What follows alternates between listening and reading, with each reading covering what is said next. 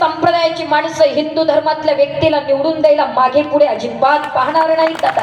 आणि सध्या मात्र हिंदू धर्माचं रक्षण करणं आज आमची गरज आहे महाराज, कारण आमच्या धर्माला कलंक लागलाय, आमच्या धर्माला काजळी लागलीत। अरे गेल्या वेळेचं मात्र त्या ठिकाणी इलेक्शन पाहिलं आणि डोळ्यासमोर ठेवलं तर झालं काय महाराज? आज विचार करण्यासारखी गोष्ट आहे। अरे ज्यांना वोटिंग केलं, ज्यांना मतदान केलं आणि वक्फ बोर्डचा कायदा माहीत असताना सुद्धा तेव्हा ज्यांची मतदान करायची वेळ आली त्यांनी मागे हटून घेतलं महाराज। आणि अशा लोकांना जर निवडून दिलं तर आमच्या धर्माचं वाटोळं झाल्याशिवाय राहणार नाही।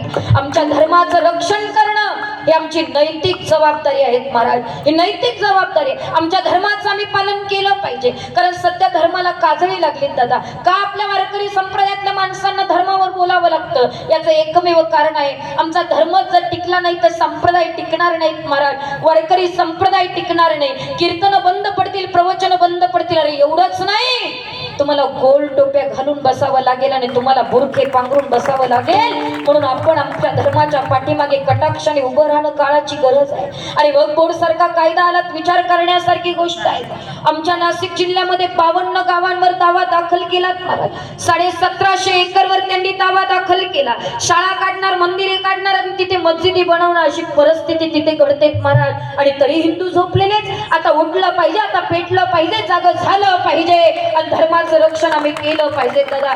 सध्या आमच्या धर्माला फार मोठा कलंक लागलाय आणि असंच जर हिंदू झोपलेले राहिलात तर हिंदुस्थानचा अफगाणिस्तान व्हायला वेळ लागणार नाही, बांगलादेश सारखी परिस्थिती व्हायला वेळ लागणार नाही। हिंदू विसरले, जरा बांगलादेशची परिस्थिती पहा महाराज, तिथे सगळ्यात जास्त मारल्या गेला असेल तर माझा हिंदू जवान मारल्या गेला महाराज। माझ्या हिंदूंच्या स्त्रियांचे इतके मात्र त्या ठिकाणी घात करण्यात आलेत महाराज, इतके अत्याचार माझ्या महिलांवर झालेत। विचार करा, जर आज हिंदू कुठल्या देशात सुरक्षित असेल तर केवळ एकच देश आहे, तो म्हणजे माझा भारत देश आहे महाराज। आज मात्र इथे आम्ही सुरक्षित आहोत, म्हणून आम्ही आमच्या धर्माचं पालन केलं पाहिजे। आज विचार करण्यासारखी गोष्ट आहे महाराज, आमची मुलं धर्माचं पालन करत नाही। आज आमच्या तरुण मुलांच्या कपाळाला टिळा दिसत नाही, का लावायला नको आम्ही टिळा?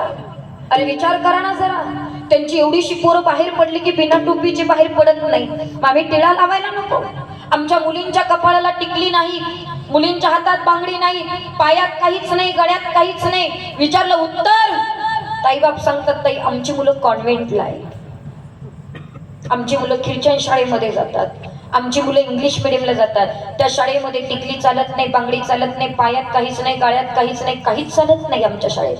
हिंदूंनो झोपू नका, सगळ्या पालकांना माझी विनंती आहे, ज्या शाळेमध्ये टिकली गंध चालत नाही जा त्या शाळेत सर्व हिंदूंनी सांगा आमच्या हिंदूंच्या मुली टिकली लावतीलच, मुलं टिळे लावतीलच, मुली बांगड्या घालतीलच, मुली पायात घालतीलच, तरच आमच्या हिंदूंची मुलं तुमच्या शाळेत येतील, अन्यथा एकही हिंदूचं पोरगं तुमच्या शाळेत येणार नाही। हिंदूंची मात्र शाळा बंद पाडाव्या लागतील महाराज, हिंदूचं पोरगं जर नाही गेलं तर। विचार करण्यासारखी गोष्ट आहे। आज आम्हाला तळतळीने बोलावं लागतं महाराज, कारण ती परिस्थिती आमच्या देशावर आली, आघात व्हायला लागले।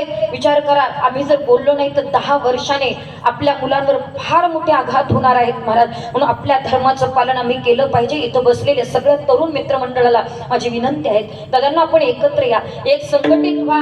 ते जर दर शुक्रवारी नमाज पढायला जात असतील तर आपल्या सर्व हिंदूंनी एकत्र यायचं आणि आठवड्यातनं शनिवारी का होईना हनुमान चालीसा म्हटलीच पाहिजे, हे ठरवलं पाहिजे।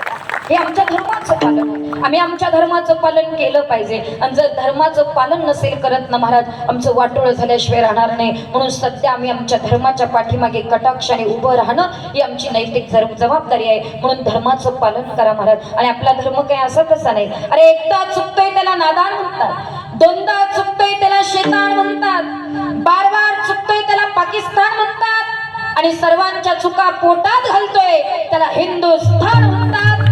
अशा धर्मात आम्ही जन्माला आलो महाराज, म्हणून आम्ही आमच्या धर्माचं पालन करा।